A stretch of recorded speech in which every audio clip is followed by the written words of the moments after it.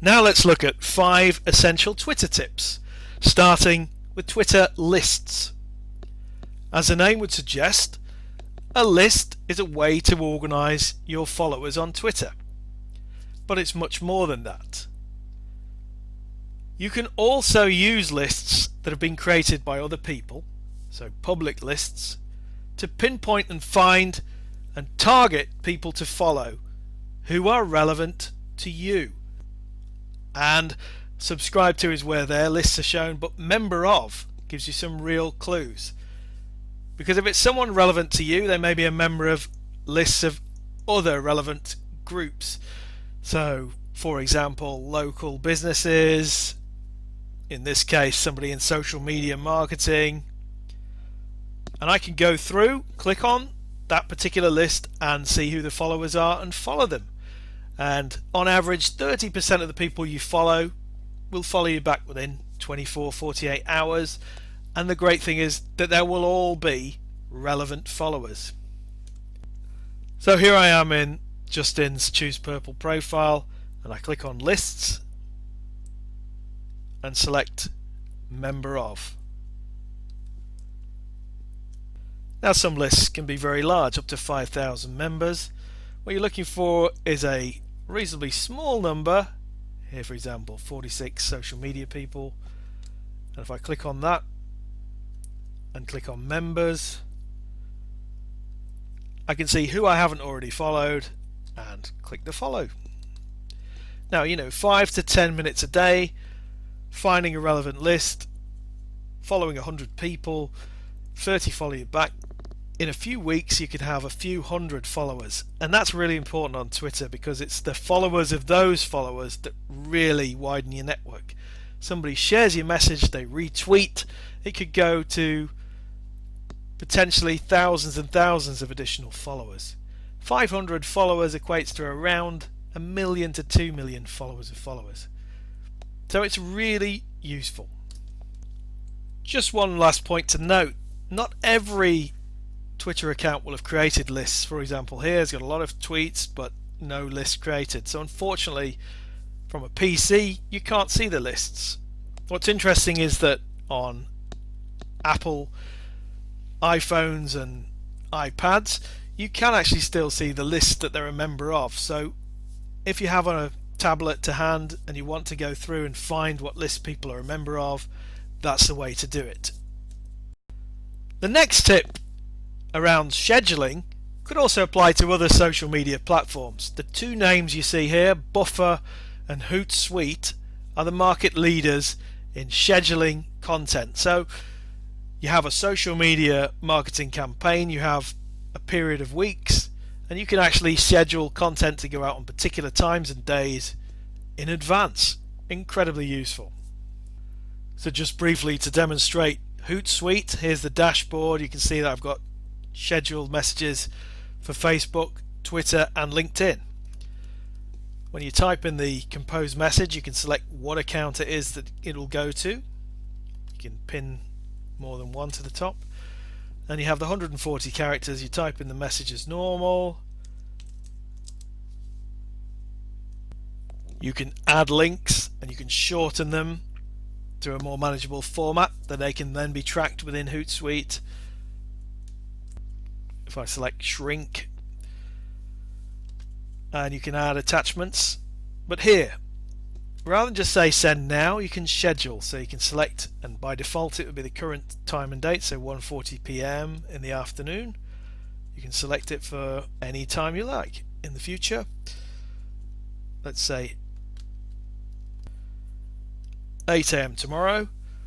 You could even auto schedule it for whatever time that HootSuite determines is your most frequent time for posting. You click schedule. If I now refresh the scheduled tweets, I'll see it appear there, and I can edit it, or I can just simply delete the message there and then. Now there's so much more to it. You can have teams of people managing individual content, and there's a huge amount of options involving integration with your web browser. You can see here in my bar I've got the Buffer and a HootSuite icon. So whenever I go to a particular new website, so let's just go to YouTube. I've selected one of my training videos, and if I now click the HootSuite owl icon,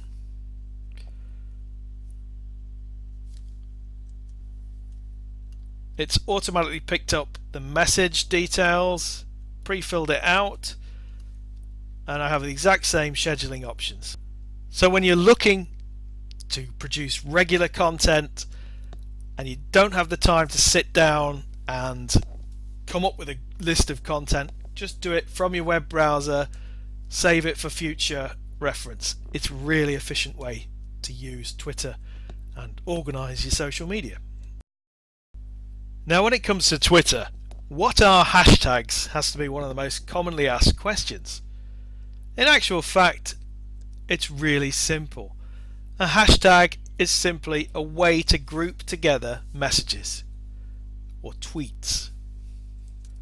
So what's really powerful is that you can go to the search bar and search for a particular word with a hashtag in front of it. Hash social media, or one word. And then everyone who uses that same hashtag will appear in the results. It's all about joining in the conversation. There are many business hour hashtags, for example, hash links hour, hash East Mids hour, at particular times and dates on a weekly basis. Everyone during that hour uses that hashtag will be visible to everyone, even people they're not yet following or connected with. If you want to introduce your own hashtag, I'll show you a simple tool to use called Hashtagify Me that can help you generate hashtags that are popular and widely used. Particular keyword. So New Year being a topical one, but let's say social media. And the results will immediately change to show the top 10 hashtags. So business, Facebook, social. And any one of these you click on, you can see what 10 hashtags are related to that particular term. So Twitter, Instagram, RT. You can then drill down into the top influencers with that particular keyword. You can find potential people to follow. All, without logging in, all to enable you to get the most out of the messages you use. Adding hashtags, don't put every word into a tweet into a hashtag. Be selective, one or two per tweet is very effective. Managing your followers on Twitter is important because there are following limits. Twitter, for example, will only allow you to follow up to 1,000 accounts a day. Unless you're a spammer, you're not likely to be hit by that particular restriction. But there is a 2,000 follower limit that really can be a problem because users don't generally recognize that it's about to happen.